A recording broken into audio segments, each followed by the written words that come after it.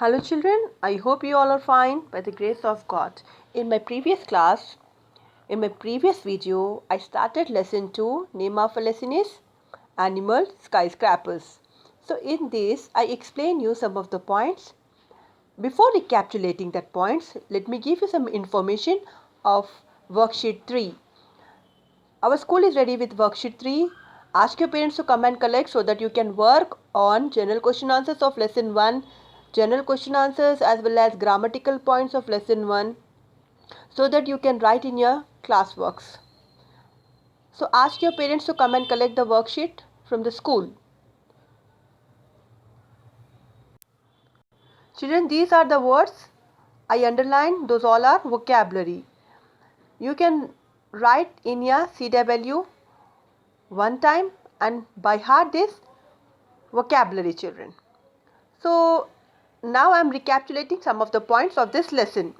Giraffes are the tallest living land animal in the world today. So we got to know these animals are tallest animals in the world today.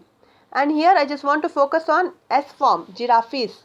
It's a plural form. S form comes under plural. If it is matter of singular, then giraffe. Never say giraffe. Giraffe is wrong pronunciation. Pronounce the word properly, then only everyone, like people, can understand it perfectly, and they will also follow the correct pronunciation. So giraffes are. R comes under singular or plural? Yeah, it's a plural form. So we should focus each and every word of English so that you can understand grammar easily, children. So what is our second point here? The average height of female giraffes is about 14 to 16 feet and that of males 16 to 18 feet. And come to their weight. Weight of them 810 to 1360 kilograms. So with this we got to know about their height as well as we got to know about their weight. It's a peaceful animal. Who are peaceful animal in this lesson? Giraffes are peaceful animals. Yes. Its neck is around 6 to 8 feet long. Whose neck? Giraffe's neck. If come to like giraffe's necks, then their necks are around. It's a plural form. 6 to 8 feet long. Its head is small and narrow. Whose head we are talking about? Giraffe's head. Apostrophe S. Do you remember apostrophe S? If something belongs to someone, we should use apostrophe S. Now, the eyes are dark, soft and gentle looking. How about their eyes?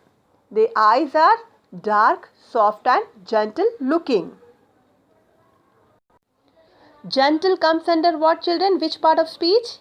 Adjective. We are describing, right? The giraffe's legs are twice as long as its body. Here, just now I focus on apostrophe S. I am showing you, I circled it. If something belongs to someone, then we should use apostrophe S. The giraffe's legs are twice as long as its body. The front legs are little longer than the back legs because the animals, again animals here, children, focus, they have done this. Apostrophe S here it is. So because the animals' foot parts are higher than the hind parts, its back slopes downwards from the shoulder to the tail. So it's describing the body of what? Which animal? Giraffes. It's describing the body of giraffe. So with its extraordinary, children, this vocabulary is little bit big for you. This is the reason I apart it. EXTRA, extra, ORDINARY, ordinary, extraordinary. With its extraordinary legs, the giraffe can walk 16 kilometers an hour. How many kilometers it mentioned? 16 kilometers when it's in a hurry. It's again apostrophe S. Instead of writing it is, it mentioned here it's a short form. when it's in hurry, it can speed up to 56 kilometers an hour, it seems. So very fast animal. The head and neck move back and forth when the giraffe walks and runs. Here, walks and runs. Why we are using S form here? Because giraffe. We are using here singular form. This is the reason, walks and runs. It's what walk as well as run. Run comes on which part of speech, children? It's the verb. Verb is an action word. So you should be ready with this all things. Whenever you are reading a sentence, then you should be ready with grammar points like part of speech. It helps this tall animal to balance itself and move quickly. Who is helping? What part of the body of this giraffe is helping? Yes, neck and head.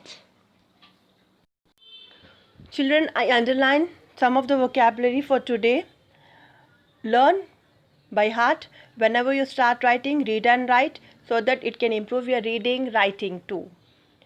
Work on worksheet 2. Ask your parents to come and collect the worksheet from school. Read these passages to improve your reading part.